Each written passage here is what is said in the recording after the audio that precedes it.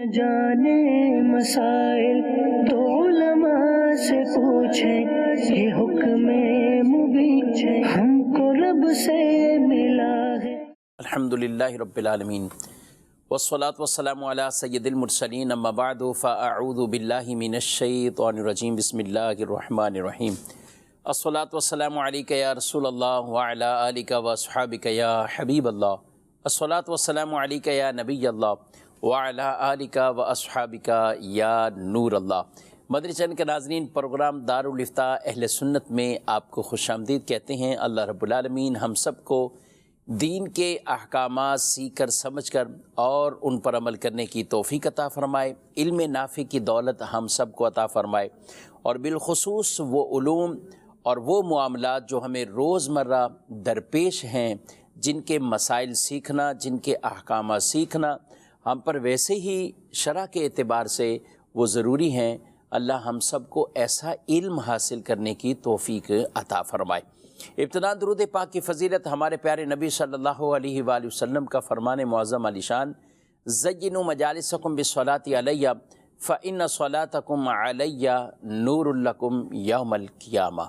اپنی مجلسوں کو مجھ پر درود پڑھ کر آراستہ کرو کہ تمہارا مجھ پر درود پڑھنا قیامت کے دن تمہارے لیے نور ہوگا۔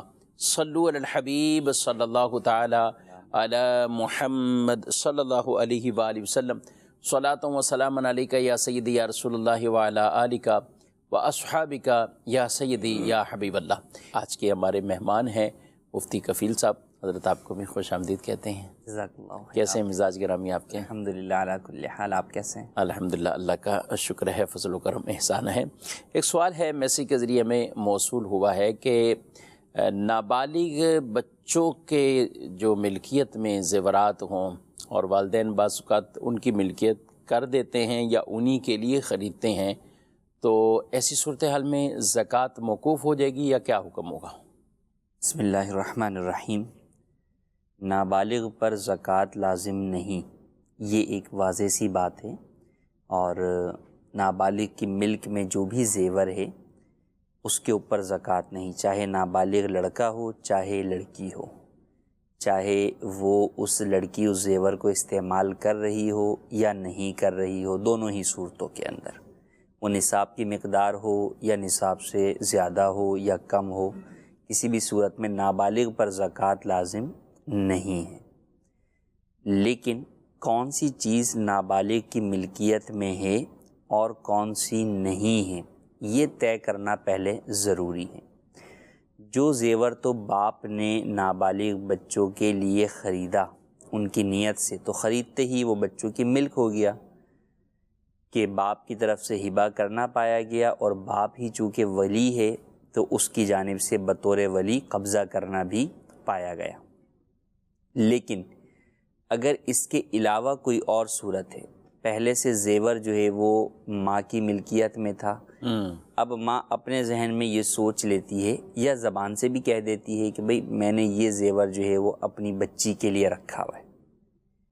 اب یہ بچی کے لیے رکھا ہوا، اس کی شادی کے لیے رکھا ہوا ہے۔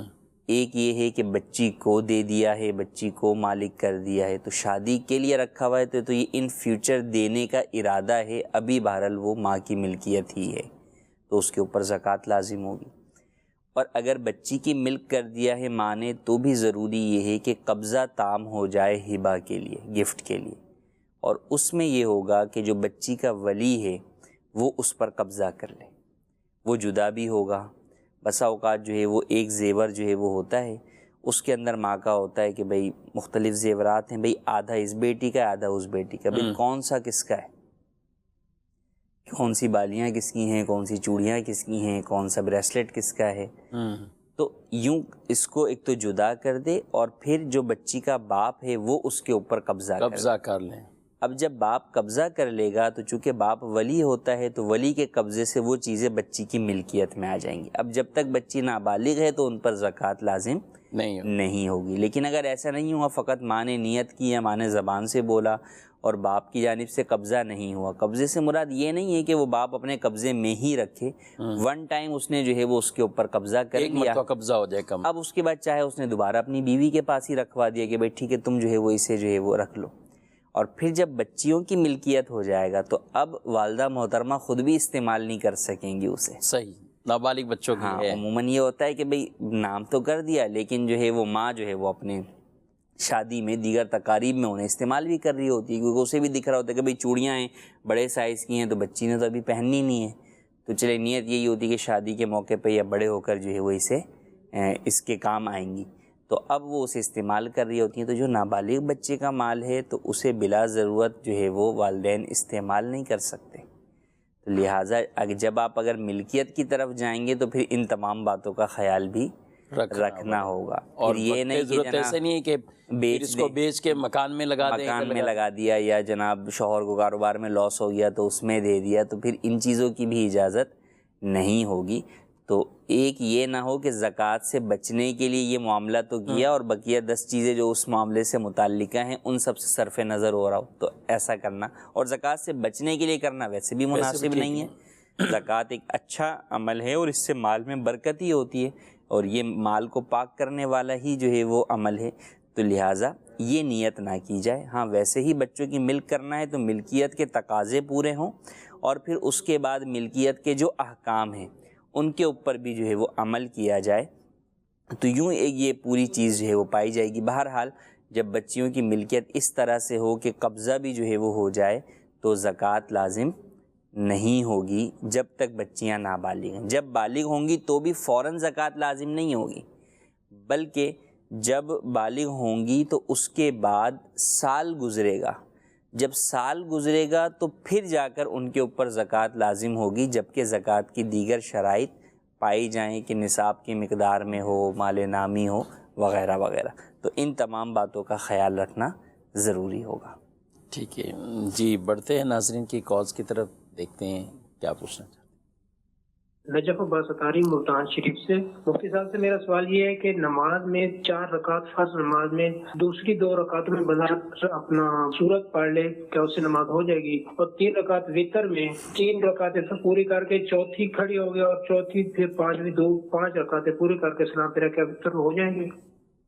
ٹھیک ہے، پہلا مسئلہ تو کافی بار متعدد بار ہم بیان کر چکے ہیں، لیکن پھر بھی یہ سوال آتا ہی ہے. چوتھی میں اور تیسری رکعت میں، فرض کی تیسری اور چوتھی میں اگر صورت بھی ملا دی نماز ہو جائے گی کیا؟ جی نماز ہو جائے گی. کہ منفرد کے لیے تو صورت ملانا جو ہے وہ مستحب عمل ہے، البتہ امام کے لیے جو ہے وہ منع ہے کہ اس کی وجہ سے نمازیوں کے اوپر جو ہے وہ نماز طویل ہو جائے گی، تو امام کو یہ منع ہے.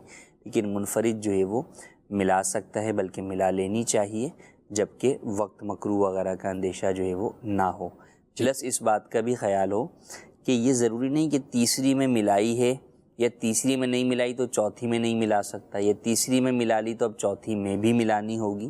تو یہ آپشنل ہے، اگر ملائیں گے تو بھی جائز ہے، نہیں ملاتے یا کسی ایک میں ملائی کسی ایک میں نہ ملائی تو بھی نماز ہو جائے. ٹھیک ہے، منفرد یعنی اکیلے نماز پڑھنے والا. ٹھیک ہے. دوسرا ان کا یہ کہ وطر میں اگر چوتھی بھی پڑھ لی اور پھر ساتھ ایک اور ملا کر 5ویں بھی پڑھ لے، اور انہوں نے اس چیز کی دونوں وضاحت نہیں کی کہ قاعدہ بھی اخیرہ کیا تھا، یہ نہیں کیا کہیں گے؟ نماز کا آخری قاعدہ اخیرہ چونکہ فرائض نماز میں سے ہے، لہٰذا جو بھی نماز آپ پڑھ رہے ہیں، وطر پڑھ رہے ہیں، فرض پڑھ رہے ہیں، واجب پڑھ رہے ہیں، تو جو اس کا آخری قاعدہ ہے وہ فرض ہے. اگر آخری قاعدہ کسی نے نہیں کیا اور اگلی رکعت کی طرف کھڑا ہو گیا تو حکم یہ ہے کہ یاد آنے پر واپس لوٹ آ جائے جب تک چوتھی رکعت کا سجدہ نہیں کیا. وطر کی صورت میں 4 رکعت والی نماز میں 5ویں رکعت کا سجدہ نہ کیا ہو. اگر نہیں لوٹ آیا حتیٰ کہ سجدہ کر لیا تو اب اس صورت کے اندر جو پچھلی اس کی رکعات ہیں بطور واجب یا فرض وہ باطل ہو گئے، اب یہ نفل ہو گئے. ٹھیک. اب چونکہ جو ہے وہ یہاں پر قاعدہ نہیں کیا تو فقط ایک رکعت ہی ملا کے یہ آخر میں سجدہ صاف کر کے مکمل کر لے تو یہ 4 اس کی جو ہے وہ نافل ہو جائیں گے، وطر اس کو دوبارہ پڑھنے ہوں گے. اور اگر قاعدہ اخیرہ کر لیا اور پھر کھڑا ہوا اور پھر جو ہے وہ چوتھی کا سجدہ کر لیا تو اب ایک اور ساتھ میں جو ہے وہ ملا لے اور پھر آخر میں سجدہ صاف کر لے تو یوں پہلی 3 رکعتیں وطر ہو جائیں گی اور آخری 2 رکعتیں نفل کے طور پر اس کی ادا ہو جائیں گی. بہر صورت سجدہ صاحب کرنا ہوگا جبکہ بھول کر یہ عمل ہوا ہو، اور ظاہر بھی ایسا ہی ہے، اگر کسی نے جان بوجھ کر کیا تو نماز ہی واجب الاعادہ ہوگی۔ ٹھیک ہے، مزید کال۔ اسلم حسین اختاری بات کر رہا ہوں۔ مسئلہ یہ ہے کہ ہم امام صاحب کے پیچھے مغرب کی نماز پڑھ رہے تھے، تقریباً نماز پوری ہو چکی تھی، آخری سجدہ باقی تھا کہ امام صاحب کا وضو چلا گیا، وہ بنا لقمہ دیے اٹھ کر چلے گئے اور وضو کرنے لگے۔ ہم باقی نمازیوں نے ہماری نماز اپنے طور پر مکمل کر لی، اور حافظ صاحب نے بھی وضو کر کے آ کے اپنی نماز مکمل کر لی۔ تو اس مسئلے میں ہماری نماز ہوئی یا نہ ہوئی، یا ہمیں نماز دہرانی پڑے گی؟ برائے کرم ارشاد فرما دیجیے۔ ٹھیک ہے، مزید کال۔ جی، میں نے سوال یہ کرنا ہے، جیسے کہ عام طور پر نماز میں اکثر شدید نزلہ لگا ہوا، شدید کھانسی ہوتی ہے، تو نماز کے دوران وقفے سے کھانسی آتی ہے، تو اگر میرے منہ سے بلغم نکل گیا تو کیا یہ وضو میرا ٹوٹ جائے گا؟ ٹھیک ہے بھی، کھانسی نماز میں، اور بالخصوص سردی کے موسم میں تو کھانسی بہت زیادہ آتی ہے، اور بعض رکعات میں تو ایسا ہے کہ جیسے ہی سجدے سے اٹھنا ہے، اب دوسری رکعت کے لیے یا تشہد کے بعد اب تیسری رکعت کے لیے اٹھے ہیں، تو میں سمجھتا ہوں شاید ایک تعداد ہے جو اپنا حق سمجھتی ہے کہ اب کھانسی کی جائے ہمیں، تو نماز کے اندر بالخصوص جو ابھی موسم چل رہا ہے، اور تھوڑا سا آگے جیسے شدت آئے گی سردی میں، ابھی کراچی میں تو نارمل ہے اور اس قدر شدت والی سردی نہیں ہے، لیکن دیگر علاقوں میں ہے ایسا، تو کیا کہتے ہیں آپ کھانسی کا؟ بلا ضرورت کھانسنا تو نماز میں مکروہ ہے، ضرورتاً یقیناً اجتماعی حاجت کے طور پر جو ہے وہ کھانسا جا سکتا ہے، اور اس میں بھی حتی الامکان آواز کو جو ہے وہ پست سے پست رکھنے کی کوشش کی جائے۔ اگر خدا نہ خواستہ نماز میں کھانستے ہوئے جو ہے وہ اس قدر زیادہ کھانسی ہوئی کہ بلغم بھی منہ سے نکل گیا، تو اس سے وضو پر فرق نہیں پڑے گا اور نہ ہی نماز ٹوٹے گی۔ ٹھیک ہے، دوسرا ایک بھائی نے سوال پوچھا تھا کہ امام صاحب کا وضو چلا گیا اور وہ اٹھ کے چلے گئے، اور یہ سارے پھر کیا ہوگا، مسئلہ کیا؟ امام جو ہے وہ اس کا وضو ٹوٹ جائے تو امام کے وضو ٹوٹنے سے مطلقاً نماز نہیں ٹوٹتی۔ یہ بسا اوقات پہلی کے طور پر بھی سوال کیا جاتا ہے کہ امام کا وضو ٹوٹ جائے تو بتائیے مقتدیوں کی نماز کا کیا حکم ہے؟ تو وضو ٹوٹنے سے تو نماز نہیں ٹوٹتی، البتہ امام کے لیے حکم یہ ہے کہ وہ خلیفہ بنائے کسی کو کہ وہ اس کی جگہ پر کھڑے ہو کر بقیہ رکعات جو ہے وہ امامت کے طور پر پڑھائے پیچھے۔ لیکن عموماً ہمارے ہاں ایسا نہیں ہوتا، پیچھے وہ افراد نہیں ہوتے جو کہ خلیفہ بننے کے اہل ہوں، نہ ہی وہ مسائل معلوم ہوتے ہیں کہ کس طرح خلیفہ بن کر جو ہے وہ امامت کروائی جا سکتی ہے، یا کس طرح یہ جو ہے وہ امامت کا جو منصب کی تبدیلی ہے اس میں کن شرائط کا خیال رکھنا ضروری ہے۔ تو اب جب امام چلا گیا اور وہ اپنے دیگر امور میں لگ گیا، تو اب ان کا جب خلیفہ نہیں بنا تو اب یہ اپنی نماز کو اسی طرح کنٹینیو نہیں کر سکتے کہ بھئی 2 رکعت امام کے ساتھ پڑھی تھی، 2 رکعت امام کے بعد اپنی پڑھ لی اور سلام پھیر لیا، نماز ہو جائے، نہیں، بلکہ اب اس صورت کے اندر یہی ہے کہ جب امام کو پتہ ایسا کچھ نہیں ہے تو اعلان کر دے کہ بھئی نماز جو ہے وہ میں توڑ لیں اور میں وضو کر کے آ رہا ہوں، اس وقت تک انتظار کر لیجئے، پھر دوبارہ نماز پڑھا دے، یا پھر یہ کہہ دے کہ میں وضو کر رہا ہوں، آپ لوگ اپنی نماز جو ہے وہ ادا کر لیں، بس اوقات ہو سکتا ہے وقت میں گنجائش کم ہو یا دیگر چیزیں ہیں تو، لیکن یوں نہیں ہوگا کہ 2 رکعت امام کے ساتھ پڑھیں اور 2 رکعت اس کے بعد جو ہے وہ اپنے طور پر جو ہے وہ پڑھ رہے ہیں اور امام صاحب جو ہے وہ وضو کر رہے ہیں۔ ٹھیک ہے، ایک یہ کچھ میسیجز کی طرف بڑھتے ہیں اور یہ سوالات ہیں، کہہ رہے ہیں کہ ویب سائٹ ایک ہے، اس پر کچھ پیسے اگر 7 دن کے لیے آپ ڈپازٹ کروا دیتے ہیں اور اس میں 35% اضافہ ملتا ہے، مختلف آج کل اس طرح کے معاملات چلتے ہیں، تو اب انہوں نے بس پیسے ٹرانسفر کیے ہیں اور پھر 7 دن کے بعد اتنے پیسے ان کو ریٹرن ہوں گے، کیا کہتے ہیں؟ قرض کے اوپر نفع ہے سیدھا سیدھا، جو کہ سود ہے اور حرام ہے، کہ آپ کسی کو اپنی رقم دیتے ہیں اور اس رقم دینے میں جب یہ شرط ہوتی ہے، چاہے صراحتاً ہو یا انڈرسٹوڈ طور پر ہو، کہ ان پیسوں میں کمی کچھ نہیں ہوگی، جو پیسے میں آپ کو دے رہا ہوں اس میں لاس نہیں ہوگا، یہ پورے کے پورے واپس کرنا مجھ پر ضروری ہے سامنے والے پر۔ اب اس کے اوپر جو بھی پروفٹ ملے گا، چاہے وہ فکس ملے، چاہے پرسنٹیج کے اعتبار سے ملے، چاہے ان فکس ملے، بہرحال جب اس پیسوں کی حیثیت قرض کی ہو گئی تو اس کے اوپر جو بھی نفع طے کر کے دیا جائے گا وہ سود ہوگا جو حرام ہے. نفع دینا طے ہو یہ اگر ہے تو یہ سود ہے. اب چاہے اس نفع کی مقدار طے نہیں ہے اس سے کوئی فرق نہیں پڑتا. جب نفع دینا طے ہے تو وہ سود میں آئے گا کہ حدیث پاک میں فرمایا کل قرض جر منفیاتن فہو ربا، ہر وہ قرض جو نفع لے کر آئے وہ سود ہے. تو اس کو وہ سامنے والے کہتے ہیں ہم تو انویسٹ کر رہے ہیں نا، پیسہ ایسے تو نہیں پڑا ہم لوگ کا کاروبار کرتے ہیں اس سے، پھر آپ کو نفع دیتے ہیں. جی انویسٹ وہ کر رہے ہیں لیکن جس نے پیسہ دیا اس نے انویسٹ نہیں کیا، کیونکہ انویسٹ کا مطلب تو یہ ہے کہ آپ جو ہے وہ کاروبار کر رہے ہیں، آپ پارٹنرشپ کر رہے ہیں. کاروبار اور پارٹنرشپ دونوں جو ہے وہ لاس اینڈ پروفٹ کی بنیاد پر ہوتی ہیں. اس کے اندر مجھے لاس بھی ہو سکتا ہے، اور لاس کا مطلب کبھی بھی ان ٹرمز آف مارکیٹنگ اگر ہم بات کریں یا ان ٹرمز آف ٹریڈ بات کریں تو کبھی بھی یہ نہیں ہوتا کہ پروفٹ میں لاس کو لاس شمار کیا جاتا ہے. نہیں، لاس شمار ہی جو ہے وہ کیپٹل کے اندر جو لاس ہوتا ہے اسے لاس شمار کیا جاتا ہے.